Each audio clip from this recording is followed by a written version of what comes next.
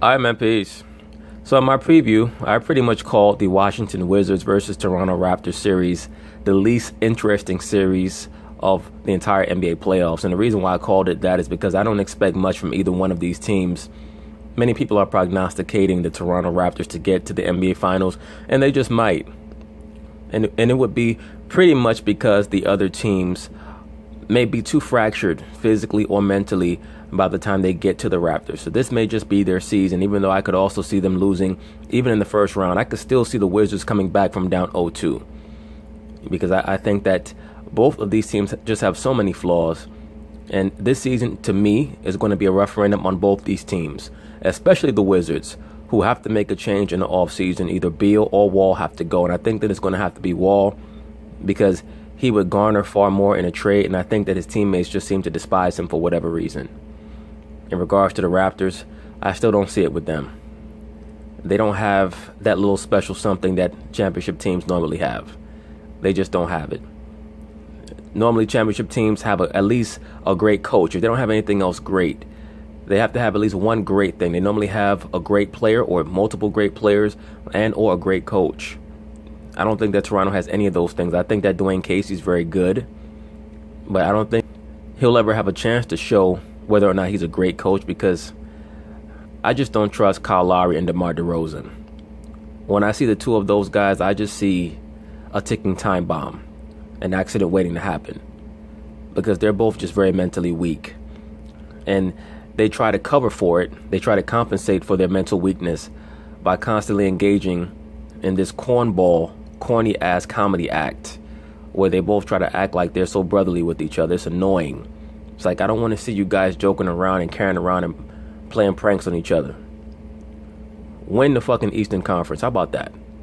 I gotta have the mindset to go out there and, I gotta score 30, 40 points.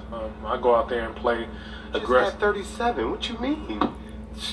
I didn't go out there saying, let me score 30 tonight. But I'm saying, you got 37. Don't say it like But I'm saying I didn't go out there But saying... all I'm saying, you can't say that when you had 37. Listen what I'm trying to explain, though, bro. I understand what you're saying. No, you don't. Let me finish. I didn't even... Can I leave? Yeah, leave. Go decompress again, Negro. And go comb your damn hair while you're back there. Like I said, I didn't go out there planning to score 37 points. I went out there to be aggressive, and with my aggressiveness came out 37 points, Are amazing. We actually have a... Yo, Russell Westbrook is something else, man. Look at this dude. Hey, yo, Russell's in his own world, man. They have a little treat for you later in the week with the two of them, so just wait for that. But here, you see the Raptor mascot going at it with the rest of his outfit? I love that. Please tell me, 2-0 lead over the Wizards. Have the Raptors, Tracy, been the most impressive team in the playoffs so far? Before Tracy answers, I'm going to answer. No, they have not been the most impressive team. The most impressive team has pretty easily, to me, been the New Orleans Pelicans. The way that they played both offensively and defensively, they've been the number one performer as a team in the NBA playoffs thus far. The Raptors have done pretty well, but all they've done is hold serve on their home court. So far? No. My most impressive team, I go back to Boston. However, I like the way Toronto is playing. But this is I don't know what's going on with your Wizards, man. Like, these guys... Just want to go straight to that. I want to go straight to that because, a team with Bradley Beal and John Wall shouldn't be playing this way. Well, you would say that on paper. But the reason why they're playing that way is because they just have no team chemistry, and there's no chemistry between those two guys. They do not like each other, you can tell. They just don't get along. And Bradley Beal, once again, he's like a sports car with no interior or a dilapidated interior. He just does not have the heart, to me, to be a great player in the NBA. And you have guys like that every generation. They put up good numbers in the regular season. Crunch time, they come up short. And that's just the fact of the matter. They shouldn't be an AC, but I know John Wall was hurt. But it just seems like their chemistry is off. Something is off with their relationship towards John Wall and the other guys. It's just...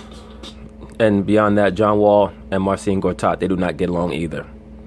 They just have a very poor mix. And you have teams like this, they win 47 to 50 games every season. People think that they're on the cusp of something, and for the most part, they're not. Back when I was a kid in the 90s, it was the Atlanta Hawks with Steve Smith and Dikembe Mutombo. They would win 50 to 52 games, and then they would get knocked out in the first or second round. You always have teams like this. They're not clicking, man, and it's showing on the basketball court. Just look at Bradley Beal. Like, he's not even interested in what these guys next to him. Well, look at the two of them. They're having some sort of argument. Would you want to get in the middle of that? The reason why Bradley Beal has his face in his towel is because he knows that the team does not trust John Wall. And if the team doesn't trust your leader, they're going to tune you out after a while. They're not going to care. And this goes back to what I stated in my prognostication for this series in the preview. When your best player is just very good to borderline great, and he's not transcendent, but he's surrounded by teammates that are still trying to get theirs, that are trying to build up their name in NBA circles, it's going to create a very, very big problem. See, what Westbrook has going for him out there in Oklahoma City is that he is a transcendent talent, so he's been able to create a cult of personality. Everyone knows that Oklahoma City is Russ Westbrook territory. You go out to Golden State, you know that that's Steph Curry territory. Kevin Durant, he even knew that. But because the two of them are transcendent, they don't even step on each other's toes. You know, in Cleveland, that's LeBron James territory. For the most part, everywhere else that you go, other than maybe New Orleans with Anthony Davis and probably Portland with Dame Lillard, everywhere else is pretty much fair game. And you have a lot of young, hungry NBA players that they want their own light to shine. So you have a situation like this with a couple of guys in their mid to late 20s. They do have an intra-team rivalry, which is never going to turn out well. And it seems to me that many of those players are jealous of John Wall. And he needs to get out of there. I think that it would be best for him to go find another team to play on. He'd be a good fit in Milwaukee. There probably are some other teams that he would be a good fit for, but he definitely needs to get out of there. I mean, I get it's bad. It is. And you tell me, you were there. They're lacking that veteran presence, such as myself, to get in the huddle and say, look, guys, this is what we have to do. Now, I tried to breed them into that role. Now it's up to John and Bradley to step up. These guys, everything they're doing is in between their head. They're frustrated with one another. They're not playing well. And it could also be that they're just not championship level players, Paul. You really only get 2 to 3 championship level players every 15 years. And when I look at John Wall and Bradley Beal, I just don't see it. Their basketball IQ is not high enough. When you look at the backcourt in history that they're oftentimes compared to, and that many backcourts are compared to, that being the Isaiah Thomas, Joe Dumars backcourt, they probably had the highest basketball IQ of any backcourt in recent NBA history. At least since the mid-'80s. They probably have the highest NBA backcourt IQ. And when you compare them to a John Wall and a Bradley Beal, it's just not there. And I think even they know that it's not a good mix. And if they don't get it together, they can't be like this. You got to move on from mistakes. You can't dwell on them like it seems like they're doing here. You can't show frustration on your face like Bradley's showing there. These guys got to buckle up, stand up, take a hit, and go out there and fight. And right now, they're not fighting. They fought for a few minutes in the last game, but then they let Toronto push the lead back up. But who knows, you know. All that being said, I still don't think that they're out of the series yet. I want to see how they perform in Game 3. I want to see what Toronto does in Game 3. Why do I say that? Because once again, the leadership of the Toronto Raptors is very, very fragile. They can be broken. It's just that this season they happen to have enough depth that they should be able to get out of the first round. But we'll see come Game 3. Maybe they come back. You know, the thing is, we're doubting them. But Toronto did what they were supposed to do. Absolutely. Washington gets 2 more games at home, and so we'll see. Absolutely. I just don't see. Do you see them winning? They got to win one of these games. I don't believe they're going to get I swept. think First of all, they're going to win both of these games. I don't think so. There's no you don't way. think they're winning any of them? No, I don't. I think they'll probably win one game, Win but I one. don't think they'll win both of them. And by the way, I would credit the Raptors, by the way. This isn't all Wizards' problems. The Raptors are the #1 seed for a reason. We are seeing all the things we complained about the Raptors not doing for the past few playoffs, we are seeing them do. So I credit them for that. Well- but, yes, there's clearly a problem, and we see Gortat and Wall. It's so weird to see them bickering. They bicker over Twitter. We see them bickering in the side of the... Why would it be weird to see them bickering, Rachel Nichols? Clearly, as you just stated, they've been bickering all season, so why would it be weird to see them bickering now? What you're saying makes absolutely no sense. They don't get along. They don't like each other. They believe that John Wall is a point guard who gets cheap assists, which one can make the case that he does. Once again, he is a less talented version of Russell Westbrook. If you took away 25% of Russell Westbrook's natural ability, you'd have John Wall. If Russell Westbrook was not a transcendent athlete, you think that the people in Oklahoma City, his teammates, would be tolerating a lot of his fuckery? Absolutely not. That's what we're getting with John Wall. I don't mind the bickering. I don't mind that. I have a first-hand thing. Those two, that's their relationship. Okay. That's their relationship. I don't They're mind friends, it. but they get into it all the time. But these guys are good. They're good with each other. You're trying to work out your indifference. I mean, you're trying to get on the same page. I don't mind that at all. Okay. You know, they're trying to work things out. However, I mean, Toronto is just playing phenomenal basketball right now, defensively, offensively. And what I like about them, you know, last year was so much emphasis that we put on Cal and DeMar that they had to do so much. This year, not so much. Well, you know what, Tracy? There's going to come a point where they are going to have to do a lot. I don't care how good your bench is. Your bench can be the difference in the opening round. It can help you in the second round. But if you're fortunate enough to get to the third round of the NBA playoffs, the game is going to come down to your stars. Period, point blank, bottom line. Now, if you have a transcendent six-man, sometimes you have certain teams that have a transcendent six-man. Like the Boston Celtics in the early 80s, they had Kevin McHale as their six-man. But your bench is not going to be what makes or breaks you when you get to the later rounds of the playoffs, and they have championship aspirations. They don't have get out the first round aspirations. Their top players are going to have to come through in the clutch, and neither one of their top players are clutch players. Bottom line, they're just not. You know, they have a lot more help. C.J. Miles is the unsung hero for this team in the last two games. Yeah. Well, I mean, DeMar has shown that he is a superstar, and No, actually, he hasn't shown that at all, brother. He has not shown that to me at all. A star can get you 37 in a single playoff game. A superstar is who can carry you to an NBA championship. That is why, once again, there are only 4 superstars in the NBA. Currently, only 3. And DeMar DeRozan certainly is not one of them. I don't even think that after LeBron, he's the best player in the Eastern Conference. I think that the best player in the Eastern Conference, when fully healthy, is Kyrie Irving. And you can make a case for Joel Embiid and or Ben Simmons, but I don't have enough tape on them yet to give them that title. Not quite yet. And a lot of pressure has been on him in the past years. Now he's got other guys stepping up. You know, Serge Ibaka looks great in this series, let alone their bench. But he's stepped up. You know, and I have ridiculed Toronto all year long and in the playoffs. But DeMar is a California guy, a Compton guy. I love the California guys. You ready? Maybe that's just, I'm giving them their due because this is what I want to see from them. I want to see the step up. I want you guys to take the next step. And that's why that's just me challenging you guys, and I'll say it here first. Hey, this is nothing against you guys, but hey, you guys have been together, and I've expected you guys to take the next step for years now. And so, yeah, well, you know what, brother? They're not next step level players. They're just not. And to be quite frank with you, you were not a next step level player until you got KG on your team. And because you and KG and Ray Allen and Rondo fit so well together, that's what allowed you guys as a group to ascend to the highest level.